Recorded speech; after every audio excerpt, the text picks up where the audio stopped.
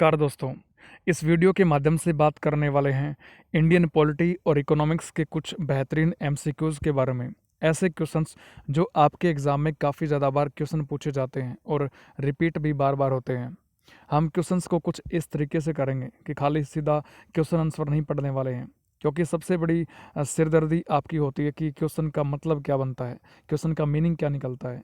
यदि आप वो समझ लेते हैं, एक बार आपने क्वेश्चन का मतलब समझ लिया तो उसको फिर ज़िंदगी भर के लिए नहीं भूलोगे और क्वेश्चन आपका कभी गलत भी नहीं होगा।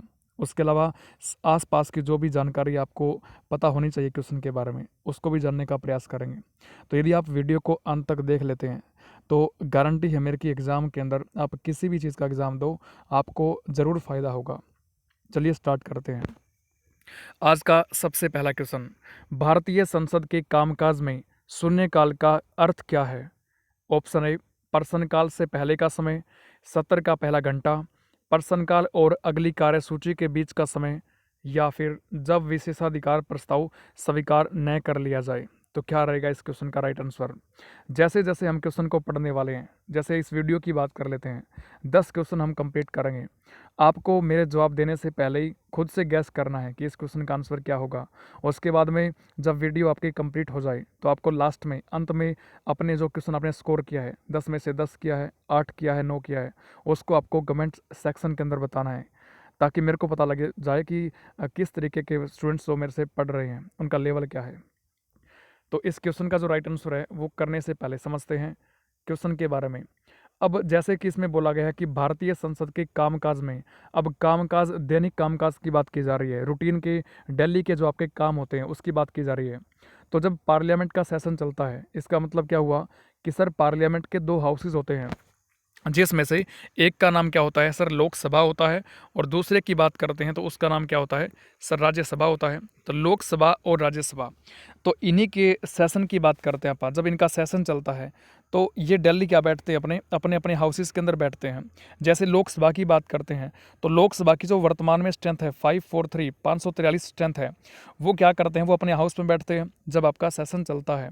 और राज्यसभा की बात करते हैं तो 245 जो मेंबर हैं वो भी अपने हाउस के अंदर, सदन के अंदर बैठते हैं जब आपका सेशन चलता है। तो उसमें दिल्ली के दिल्ली क्या होते हैं, कामकाज होते हैं। कि जैसे आज संसद का सेशन चला तो उस सेशन में लोकसभा में क्या हुआ, राज्यसभा में क्या हुआ। तो जैसे आप किसी कॉलेज में पढ़ते हो तो कॉलेज में जाओगे आप, तो आपको पता होता है कि 9 से लेके 2 बजे तक हमारी क्लासें रहने वाली है।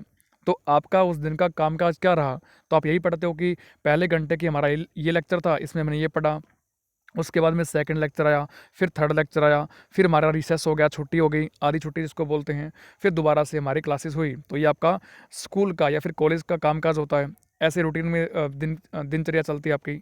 तो वैसे ही पार्लियामेंट की बात करते हैं तो उसके अंदर भी दैनिक कामकाज चलता है, जिसको बोलते हैं संसदीय प्रक्रिया।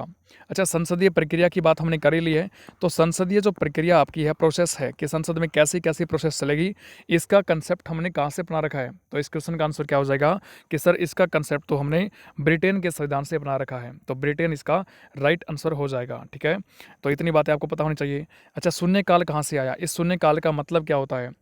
सबसे पहले मैं आपको बता दूं कि संसद की जो कार्यवाही स्टार्ट होती है वो सुबह 11 बजे से स्टार्ट होती है। तो 11 बजे से स्टार्ट होगी तो पहला घंटा कहलाता है प्रश्नकाल। घंटा मतलब क्या हुआ कि 1 घंटे की बात कर रहे हैं हम। तो 11 से 12 रहेगा प्रश्नकाल। उसके बाद में जो 12 से लेके 1 बजे के बीच का जो समय होता है, यानी कि वो जो आपका घंटा होता है, उसको बोलते हैं हम शून्यकाल। क्या बोलते हैं? शून्यकाल बोलते हैं इसको। इसके अलावा इस शून्यकाल को अन्य किस नाम से जानते हैं? तो इसी को बोलते हैं प्रश्न उत्तर काल। क्या बोलते हैं? क्वेश्चन आंसर, यानी कि प्रश्न उत्तर सेशन बोलते हैं, क्योंकि प्रश्न काल में भी आपके क्वेश्चन पूछे जाते हैं। अच्छा, कौन पूछता है? तो जो भी आपके संसद के सदस्य होते हैं वो मंत्रियों से क्वेश्चन पूछते हैं। वैसे ही शून्यकाल की बात करते हैं तो वो भी, इसमें भी आपका संसद के सदस्य जो एमपीज होते हैं वो मंत्रियों से क्वेश्चन पूछते हैं। तो शून्यकाल के जो आपकी परंपरा है वो भारत की देन है। ठीक है, शून्यकाल किसकी देन आपसे पूछे तो भारत की देन है। आपसे बार बार एग्जाम के अंदर पूछा जाता है किसकी देन है भाई? भारत की देन है शून्यकाल। ये परंपरा कब से स्टार्ट होती है? तो 1962 से स्टार्ट होती है, 1962 से स्टार्ट होती है, और भारत की मीडिया की देन है। इतनी बातें आपको याद रखनी है। तो इस क्वेश्चन का आंसर क्या रहेगा? ऑप्शन नंबर सी देखो कि प्रश्नकाल और अगली कार्यसूची के बीच का समय। तो अगली कार्यसूची आपकी 2 बजे स्टार्ट होती है। 11 से 12 प्रश्नकाल, 12 से 1 शून्यकाल, 1 से 2 लंच होता है, इसमें खाना वाना खाते हैं, फिर 2 के बाद में आपकी अन्य कार्रवाइयाँ चलती है। तो प्रश्नकाल पहला घंटा हो गया, और अन्य कार्रवाई की बात करते हैं, अगली कार्यसूची की बात करते हैं, तो वो आपकी 2 बजे स्टार्ट होती है। इसके बीच के घंटे को क्या बोलते हैं अपन? शून्यकाल बोलते हैं। तो राइट आंसर क्या रहेगा? ऑप्शन नंबर सी हो जाएगा। अच्छा, सत्र का पहला घंटा की बात करते हैं, तो वो आपका प्रश्नकाल हो जाएगा, है ना। प्रश्नकाल के पहले का समय तो कुछ होता ही नहीं है, क्योंकि स्टार्ट आपकी कार्रवाई प्रश्नकाल से होती है। चलिए बढ़ते हैं नेक्स्ट क्वेश्चन की तरफ। अगला क्वेश्चन देखिए, इसमें आपसे क्या पूछा गया है? इसमें यह पूछा गया आपसे कि संसद सदस्य संसद में अपनी सदस्यता गवा देगा यदि वह सत्रों के निरंतर अनुपस्थित रहे, या फिर सत्रों में निरंतर लगातार अनुपस्थित रहे कितने दिन तक? 45 दिन तक, 60 दिन तक, 90 दिन तक, या फिर 365 दिन तक। इसका डीएनए करने का प्रयास करते हैं। आपसे पूछा क्या है? संसद सदस्य की बात की जा रही है। अब जो आपके संसद के सदस्य होते हैं उनको हम क्या बोलते हैं? सर उनको तो हम पढ़ चुके हैं कि एमपीज बोलते हैं, यानी कि मेंबर्स ऑफ पार्लियामेंट बोलते हैं। अब संसद में चाहे आपका लोकसभा का मेंबर हो, चाहे वो आपका राज्यसभा का मेंबर हो, उनको क्या बोला जाता है? एमपीज बोला जाता है ना। जो लोकसभा के 543 मेंबर्स होते हैं उनको एमपीज बोलते हैं, लोकसभा के सांसद बोलते हैं, और जो राज्यसभा के 245 एमपीज होते हैं उनको राज्यसभा के सांसद बोलते हैं। तो जब आपकी चलती है क्या? कार्रवाई चलती है, या फिर जब आपके सेशन चलते हैं। अब सेशन की बात संविधान के आर्टिकल नंबर 85 के अंदर की जाती है कि संसद के सत्र होंगे, सेशन होंगे, कम से कम सेशन 2 हो सकते हैं, कम से कम संसद के सत्र 2 हो सकते हैं। वेरी वेरी इंपॉर्टेंट क्वेश्चन बनता है। और मैक्सिमम की बात करते हैं तो मैक्सिमम तो भाई कितने भी हो सकते हैं, नो लिमिट, इसकी कोई लिमिट नहीं होती है ना। तो कम से कम सेशन 2 होते हैं, और मैक्सिमम आपके कितने भी सेशन हो सकते हैं। लेकिन अमूमन हमें देखने को मिलता है कि संसद पार्लियामेंट के 3 सेशन चलते हैं, यानी कि सबसे गर्मी के टाइम में चलता है समर सेशन, जिसको हम बजट सेशन के नाम से भी जानते हैं, क्योंकि इसी के दौरान, इस समर सेशन के दौरान 1 फरवरी को हमारे देश के वित्त मंत्री, अब देश क्यों बोला? क्योंकि केंद्र सरकार की जो वित्त मंत्री होती है वो देश के लिए बजट को पेश करती है फर्स्ट फरवरी को, या फिर first working day of February month को पेश करती है। तो इस समर सेशन के अंदर बजट पेश होता है, तो इसको मैं क्या बोलते हैं? आप बजट सेशन के नाम से भी जानते हैं। उसके बाद में जैसे ही आपका बारिश का मौसम आता है उसको आप मानसून बोलते हैं। तो मानसून, बारिश के समय में जो आपका पार्लियामेंट का सेशन स्टार्ट होगा उस टाइम को उसको बोलते हैं आप मानसून सेशन। उसके बाद में विंटर सेशन आता है, जब आपका ठंड स्टार्ट हो जाती है। तो विंटर के महीनों के अंदर लगभग आपका 11वें 12वें महीने के अंदर आपका ये सेशन आता है, विंटर सेशन के नाम से बोलते हैं इसको, ठीक है। सबसे छोटा सेशन भी आपका यही होता है, लगभग 15 से 20 या फिर 20 से 25 दिन का सेशन चलता है। अच्छा, सेशन की बात कर ही रहे हैं तो इसका मतलब क्या हुआ? सर इसका मतलब ये हुआ कि संसद के दोनों हाउसेज, लोकसभा और राज्यसभा, अपने अपने हाउसेज के अंदर बैठते हैं और कार्रवाई चलती है, क्योंकि पार्लियामेंट का काम होता है देश के लिए कानूनों को बनाना या फिर अन्य नीतियों को बनाना, नीतियाँ तैयार करना। यानी कि तैयार करना तो कार्यपालिका का काम होता है, सरकार काम करती है। वो कब करती है भाई? जब सेशन चलता है तभी करती है ना। कोई बिल पास करना है, कुछ भी काम करना है देश के लिए, जो पार्लियामेंट को काम सौंपा गया है, वो कब करेगी? सर जब क्या होगा? जब आपका सेशन चलेगा, जब आपके लोकसभा के और राज्यसभा के मेंबर बैठेंगे हाउसेज के अंदर। तो आपके 3 तरीके से चलते हैं, 3 हाउसेज चलते हैं, यानी कि 3 सेशन होते हैं हमारे पूरे साल के अंदर। तो मैक्सिमम कितने भी हो सकते हैं, और मिनिमम आपके 2 होते हैं। अच्छा, 2 सेशन के बीच की गैप को हम क्या बोलते हैं? 2 सेशन के बीच का जो गैप होता है वो कितना होता है? वो गैप होता है आपका मैक्सिमम 6 मंथ्स का, ठीक है। ज़्यादा से ज़्यादा आपका 6 महीने का गैप हो सकता है, और इस गैप को बोलते हैं स्त्रावसान, प्रोरोगेशन बोलते हैं, स्त्रावसान बोलते हैं। अब बात की जा रही है कि भैया संसद के जो मेंबर्स है, इन एमपीज की बात कर रहे हैं, ये अपनी मेंबरशिप को गवा देंगे, खो देंगे। कब खो देंगे? यदि वह सेशन के निरंतर, सेशन में लगातार अनुपस्थित रहे। कितने दिन भाई? ऑप्शन नंबर बी इसका राइट आंसर हो जाएगा, 60 दिन तक। यदि कोई व्यक्ति लगातार 60 दिन तक अपने हाउस के अंदर अनुपस्थित रहता है तो उसकी सदस्यता को समाप्त कर देंगे। लेकिन यहाँ पे एक चीज़ आपको याद रखनी है कि जो आपका टाइम मैंने बताया कि जब आपका सेशन नहीं चलता है, यानी कि जो बीच वाला गैप होता है, 6 महीने का गैप होता है, वो टाइम आपका काउंट नहीं होगा। और यदि किसी सेशन की, किसी हाउस की आपकी लगातार 4 दिन तक वो स्थगित रहता है, छुट्टी रहती है, 4 दिन तक आपकी कार्रवाई चलती नहीं है सत्र के दौरान, तो वो भी आपका टाइम कैलकुलेट नहीं किया जाएगा। उसके अलावा 60 दिन तक यदि लगातार बिना बताए कोई सदस्य अपने सदन से अनुपस्थित, एब्सेंट रहता है, तो फिर उस व्यक्ति की सदस्यता समाप्त कर देंगे। अच्छा, ये बात कहाँ लिख रखी है? तो संसद के लिए बात संविधान के आर्टिकल नंबर 101 के अंदर लिख रखी है, 101 के अंदर लिख रखी है। 101 बोलता है कि संसद के सदस्यों की रिक्ति की बात करता है। ठीक है, तो आशा करता हूँ ये क्वेश्चन आपको अच्छे तरीके से समझ में आया होगा। चलिए बढ़ते हैं अगले क्वेश्चन की तरफ। अब ये मत सोचना कि सर इतना डिटेल में क्यों करवा रहे हो, क्योंकि भाई यदि इन डेप्थ नहीं पढ़ोगे, क्वेश्चन को जांचने का प्रयास नहीं करोगे कि इसमें पूछा क्या, इसका मतलब क्या होता है क्वेश्चन का, यदि खाली रटने का प्रयास करोगे तो थोड़ी सी डेफिनेशन घूमी एग्जाम में अंदर क्वेश्चन की और आप गलत ही करके आओगे। इस कारण से मेरा हमेशा से प्रयास रहता है कि आपको इन डेप्थ क्वेश्चन बताऊं कि आखिरकार क्वेश्चन में पूछा क्या गया है, सेंस क्या है क्वेश्चन की, उसके हिसाब से यदि आप पढ़ते हो तो आपको जरूर फायदा होगा। टाइम लग जाए भले ही, लेकिन एक बार यदि आपने पढ़ लिया ना तो आपका फिर कभी गलत नहीं होगा क्वेश्चन। इन फ्यूचर कभी कोई एग्जाम देना, कभी किसी एग्जाम में क्वेश्चन आ जाए गलत नहीं होगा, क्योंकि आपने यहाँ से कंसेप्ट को पकड़ लिया है और इसी के साथ में आपके बहुत सारे क्वेश्चन सही होने वाले हैं। एक क्वेश्चन मैंने यहाँ पे करवाया ना, उसकी वजह से आपके बहुत सारे क्वेश्चन सही होने वाले हैं। एक कंसेप्ट आप अच्छे तरीके से कर लो, आपको दिक्कत नहीं आने वाली है, ये मेरा वादा है। चलिए बढ़ते हैं नेक्स्ट क्वेश्चन की तरफ। अगला क्वेश्चन क्या बोलता है, ये बोलता है कि सर्वसत्ता संपन्न संसद की अवधारणा किस देश की देन है। ये आपसे पूछा है, इंग्लैंड की, भारत की, फ्रांस की या फिर जापान की। तो सबसे पहले तो यही जानते हैं कि भैया सर्वसत्ता संपन्न का मतलब क्या होता है। इसका मतलब दोस्तों ये होता है कि हमारे देश के पास पावर है खुद की, सरकारों के पास पावर है खुद की। हमारे देश की पार्लियामेंट की बात करते हैं, संसद की बात करते हैं, तो उसके पास में अपनी खुद की पावर होती है कि भैया वो कोई भी काम करे। अमूमन क्या करती है पार्लियामेंट, देश में कानूनों को बनाने का काम करती है। तो कानून जो बनते हैं तो वो कानून जो है वो हमारे देश की सरकारें लगा लो या फिर संसद पार्लियामेंट लगा लो, वो क्या करती है भाई, अपने अकॉर्डिंग कानून का निर्माण करती है, जैसे उनकी मर्जी होती है या फिर देश के लोगों के हित में जो सही होता है वैसे कानून बनते हैं। ऐसा नहीं है कि हम कानून बनाने के लिए किसी अन्य व्यक्ति पर डिपेंड है, हम इंग्लैंड से पूछ के बनाएंगे कि भैया ऐसा कानून देश के अंदर बनाना है तो क्या बना लें, ऐसा नहीं होता है। हमारे देश की सरकारें, हमारे देश का जो कानून कहता है वो ये बोलता है कि हमारा देश संप्रभु राष्ट्र है, यानी कि हम अपने फैसले लेने के लिए स्वतंत्र है। हमें किसी अन्य व्यक्ति से, अन्य देश से पूछने की आवश्यकता नहीं पड़ती है कि हमारे देश में क्या होगा।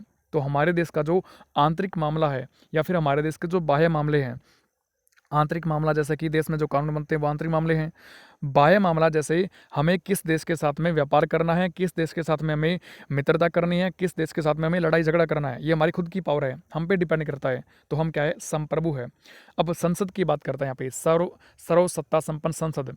तो कानून तो पार्लियामेंट बनाती है, तो ऐसी पार्लियामेंट, ऐसी संसद जिसके पास में खुद की पावर हो कानूनों को बनाने की, तो उसको क्या बोलते हैं, उसको बोलते हैं सर्वसत्ता संपन्न संसद। ये कंसेप्ट हमने इंग्लैंड के संविधान से उठा रखा है, तो इंग्लैंड इसका राइट आंसर हो जाएगा। ठीक है, यहाँ से आपको कोई दिक्कत नहीं होनी चाहिए। अच्छा, प्रत्येक वर्ष 26 जनवरी को हम गणतांत्रिक दिवस मनाते हैं, है ना, आप सुनते भी हो कि गणतंत्र दिवस मनाते हैं। तो ये कंसेप्ट हमने फ्रांस के संविधान से अपना रखा है। रिपब्लिक डे वाला जो कंसेप्ट है ये हमने कहाँ से अपना रखा है, ये हमने फ्रांस के संविधान से अपना रखा है। उसके अलावा स्वतंत्रता, समानता, बंधुताओं की बात करते हैं, भाईचारे की बात करते हैं, तो ये कंसेप्ट भी हमने फ्रांस के संविधान से अपना रखा है। उसके अलावा संसदीय प्रणाली की बात करते हैं, तो पार्लियामेंट्री सिस्टम जो हमारे देश में है कि पार्लियामेंट के 2 हाउस हो गए, पार्लियामेंट के पास ये पावर होगी, हमारे देश का जो हेड है वो नामात्र का होगा, जबकि असली पावर तो आपकी पीएम के पास होगी। तो ये सारे कंसेप्ट भी हमने इंग्लैंड के संविधान से अपना रखे हैं। संविधान का आप आर्टिकल नंबर 14 पढ़ते हो, आर्टिकल नंबर 14 जो बात करता है विधि के समक्ष समानता की, कानून के सामने सभी समान है, तो ये कंसेप्ट भी हमने इंग्लैंड से या फिर ब्रिटेन से अपना रखा है। एकल नागरिकता कंसेप्ट भी हमने इंग्लैंड से ही अपना रखा है। तो इतनी बातें आपको याद रखनी है। उसके अलावा भारत की बात करते हैं तो भैया थोड़ी देर पहले पढ़ा शून्यकाल, ये तो भारत की देन है। जापान की बात करते हैं तो विधि के द्वारा स्थापित प्रक्रिया, यानी कि जो भी काम देश में हो गए वो विधि के अकॉर्डिंग ही होंगे, ये कंसेप्ट हमने जापान से अपना रखा है। तो इतनी बातें आपको याद रखनी है। चलिए बढ़ते हैं अगले क्वेश्चन की तरफ। नेक्स्ट क्वेश्चन क्या बोलता है कि राज्यसभा के सदस्य का निर्वाचन कितनी अवधि के लिए होता है। ये आपसे पूछा है, 2 साल, 4 साल, 5 साल या फिर 6 साल।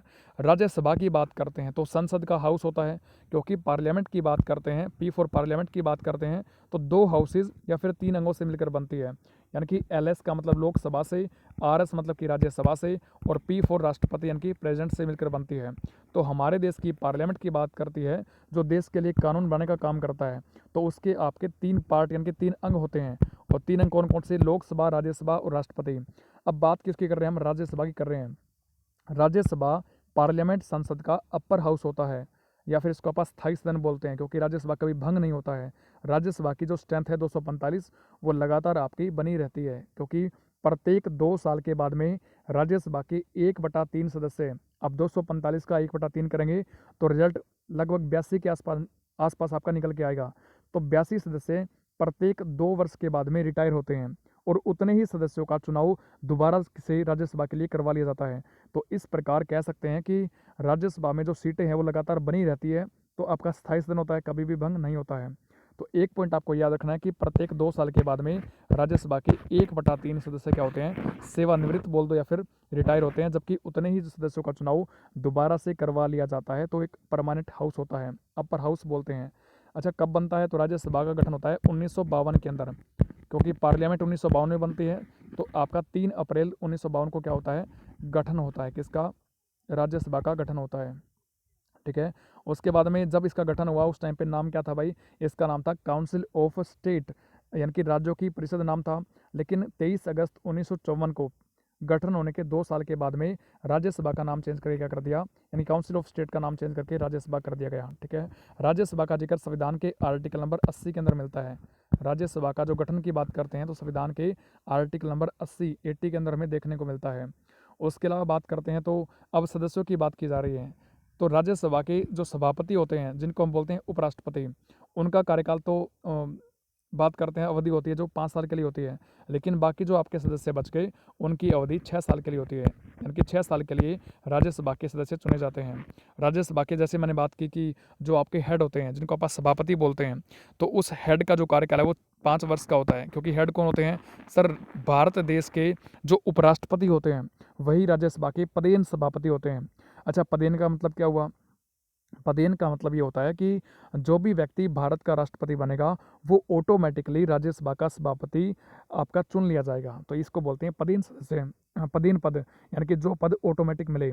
जैसे भारत का प्रधानमंत्री नीति आयोग का पदेन अध्यक्ष होता है, यानी कि जो व्यक्ति भारत का प्रधानमंत्री बनेगा वो ऑटोमेटिकली नीति आयोग का अध्यक्ष चुन लिया जाएगा या फिर नियुक्त कर दिया जाएगा, या फिर जो भी आपकी प्रोसेस होती है। ठीक है, उसको बोलते हैं पदेन पद, जो ऑटोमेटिक मिल जाए। तो 5 साल होती है राज्यसभा के सभापति, जो कि उपराष्ट्रपति होते हैं। हालांकि वो राज्यसभा के सदस्य नहीं होते हैं। लेकिन इसमें क्या पूछा है, सदस्यों का निर्वाचन कितनी अवधि के लिए? 6 साल के लिए होता है भाई। निर्वाचन की जो आपकी प्रक्रिया है वो क्या होती है आपकी? अनुपातिक प्रतिनिधि प्रणाली के अनुसार एकल संक्रमणीय मत पत्र के द्वारा खुला मतदान होता है। ये भी आपको याद रखना है। चलिए बढ़ते हैं नेक्स्ट क्वेश्चन की तरफ। अगला क्वेश्चन है, यदि लोकसभा का अध्यक्ष त्यागपत्र देना चाहे, रिजाइन देना चाहे, तो वह अपना त्यागपत्र निम्नलिखित में से किसको संबोधित करेगा, यानी कि किसको सौंपेगा? अब लोकसभा के अध्यक्ष की बात की जा रही है। तो लोकसभा की बात करते हैं तो थोड़ी देर पहले हमने क्या पढ़ा कि संसद के 2 हाउसेज होते हैं, लोकसभा और राज्यसभा। राज्यसभा की बात तो हमने कर ली है, काफ़ी ज़्यादा पॉइंट हम पढ़ चुके हैं। लेकिन लोकसभा की बात करते हैं तो लोकसभा का जिक्र संविधान के आर्टिकल नंबर 81 के अंदर है। किसके अंदर है? 81 के अंदर है। हम क्या पढ़ते हैं? ट्रिक पढ़ते हैं, सर रे ला करके, सर ला करके ट्रिक पढ़ते हैं। स से संसद बैठता है, जिसका जिक्र संविधान के आर्टिकल नंबर 79 के अंदर है। र से राज्यसभा बैठता है तो इसका जिक्र संविधान के आर्टिकल नंबर 80 के अंदर है। ला से लोकसभा बैठता है तो आर्टिकल नंबर 81 के अंदर लोकसभा की जिक्र कर रखा है। तो सरला ट्रिक से आप याद कर सकते हैं। अब लोकसभा की बात करते हैं तो इसका गठन भी 1950 के अंदर होता है। सबसे पहले लोकसभा के चुनाव की बात करते हैं तो 1951-52 के अंदर चुनाव होते हैं। 51 में चुनाव हुए, 52 में रिजल्ट आया। तो लोकसभा गठन भी आपका 1952 में होता है, सबसे पहली लोकसभा बनती है। अब जब लोकसभा आपकी बनी उस टाइम पे इसका नाम क्या था? हाउस ऑफ पीपल था, यानी कि जनता का सदन था। उसके बाद में 1954 में क्या हुआ कि इस जनता के सदन का नाम चेंज करके लोकसभा कर दिया गया। तो ये भी आपको याद रखना है, कब चेंज हुआ? 1954 के अंदर, 1954 के अंदर इसको चेंज कर दिया गया। इसको क्या बोलते हैं? लोकसभा को बोलते हैं पार्लियामेंट का लोअर हाउस, जनता का सदन, या फिर आप बोल सकते हैं इसको क्या? अस्थायी सदन बोलते हैं, क्योंकि लोकसभा सिर्फ 5 साल के लिए ही इसका गठन होता है। 5 साल के बाद में दोबारा से लोकसभा के लिए चुनाव होते हैं, फिर नई सरकार बनती है, वो 5 साल के लिए काम करती है, फिर दोबारा से सरकार भंग हो जाती है, लोकसभा भंग हो जाती है आपकी, फिर दोबारा से चुनाव होते हैं, फिर नई लोकसभा आती है। तो इस कारण से क्या होता है कि लोकसभा आपका अस्थायी सदन होता है। क्यों बोला? क्योंकि लोकसभा की जो एट प्रेजेंट जो आपकी स्ट्रेंथ है 543 MPs, वो सारे के सारे आपके निर्वाचित होते हैं। और सारे के सारे जो व्यक्ति होते हैं वो क्या है भाई, एकदम से सीटें खाली हो जाती है। क्योंकि जब भी लोकसभा का चुनाव होता है तो वो सारे की सारी सीटों पर चुनाव होता है, तो लोकसभा की सीटें एक साथ खाली हो जाती है। तो हम कह सकते हैं कि लोकसभा भंग हो जाती है, इस कारण से अस्थायी सदन होता है। अब इसके अंदर ना 2 पदाधिकारी होते हैं। अच्छा, इनका जिक्र कहाँ मिलता है? तो लोकसभा के अध्यक्ष और लोकसभा के उपाध्यक्ष, इनका जिक्र मिलता है संविधान के आर्टिकल नंबर 93 के अंदर। ठीक है, 93 के अंदर मिलता है। अब अध्यक्ष की बात करते हैं तो अध्यक्ष अपना यदि रिजाइन देना चाहे तो वो देगा उपाध्यक्ष को। तो इसका आंसर क्या हो जाएगा? राइट, ऑप्शन नंबर बी हो जाएगा। यानी कि लोकसभा के स्पीकर लोकसभा के डिप्टी स्पीकर को क्या देंगे? अपना रिजाइन देंगे। और रिजाइन की बात करते हैं तो लोकसभा के जो डिप्टी स्पीकर है वो किसको रिजाइन देंगे? वो लोकसभा के स्पीकर को देंगे। तो उल्टा होता है, वाइस वर्सा होता है। जैसे भारत के राष्ट्रपति भारत के उपराष्ट्रपति को अपना रिजाइन सौंपते हैं और भारत के उपराष्ट्रपति राष्ट्रपति को अपना रिजाइन सौंपते हैं, उल्टा होता है। ठीक वैसे ही लोकसभा का स्पीकर डिप्टी स्पीकर को, जबकि डिप्टी स्पीकर स्पीकर को क्या करता है? अपना रिजाइन देता है, अपना त्यागपत्र सौंपता है, उल्टा होता है। स्पीकर का कार्यकाल की बात करते हैं तो 5 साल के लिए होता है। स्पीकर अमूमन आपका जो सत्ताधारी पार्टी होती है उसी का चुना जाता है। सत्ताधारी पार्टी का मतलब ये हुआ कि जो पार्टी रूल कर रही है, जिसकी सरकार वर्तमान में चल रही है, उसका स्पीकर चुना जाता है। जैसे वर्तमान में आपके जो स्पीकर है लोकसभा के वो कौन है? आपके ओम बिरला है।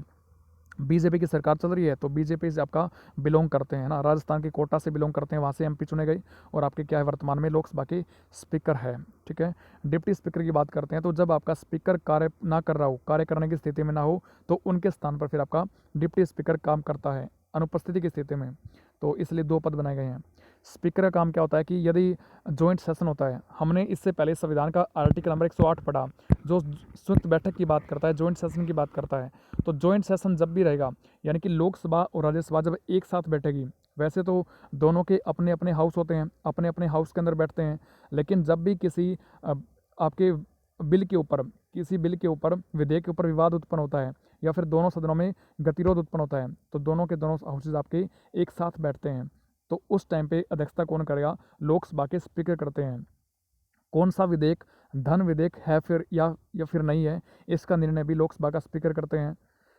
अमूमन वोट नहीं करते हैं, लेकिन जब आपके पक्ष और विपक्ष में बराबर के वोट हो जाए तो कास्टिंग वोट करते हैं, निर्णायक वोट करते हैं। यानी कि यदि 101 मेंबर्स प्रेजेंट हैं और 50-50% यानी कि 50-50 आपका वोट डाला गया, 50 एक तरफ है 50 एक तरफ है, तो फिर ऐसे में स्थिति क्या बराबर हो चुकी है तो निर्णय तो नहीं निकल के आया। तब क्या करते हैं? लोकसभा के स्पीकर अपना मत देते हैं, अपना कास्टिंग वोट देते हैं कि भैया एक साइड पर लड़ा भारी हो जाए, उसको बोलते हैं कास्टिंग वोट, निर्णायक मत देते हैं। उसके अलावा बात करते हैं तो हमने काफ़ी ज़्यादा पॉइंट यहाँ पढ़ लिए हैं। या फिर दल बदल से संबंधित जो भी आपका कोई मामला होता है, यानी कि संविधान के जब हम 10वीं अनुसूची को पढ़ते हैं तो दल बदल कानून से संबंधित है। तो यदि किसी एमपी के ऊपर दल बदल का मामला आता है तो उसका भी अंतिम फैसला लोकसभा के स्पीकर करते हैं। तो काफ़ी ज़्यादा हमने जान लिया, लोकसभा के स्पीकर हो डिप्टी स्पीकर हो ये शपथ लेते ही नहीं है भाई। ठीक है, एमपी के रूप में शपथ लेते हैं लेकिन शपथ नहीं लेते हैं अध्यक्ष के तौर पर। और कार्यकाल 5 साल का होता है इनका। या फिर हम कहते हैं कि जब आपकी नई सरकार चुन के आती है तो नई सरकार के ठीक पहले तक, पहले जो आपको पहला फर्स्ट डे होता है उसके ठीक पहले तक आपका इनका कार्यकाल होता है। चलिए बढ़ते हैं नेक्स्ट क्वेश्चन की तरफ।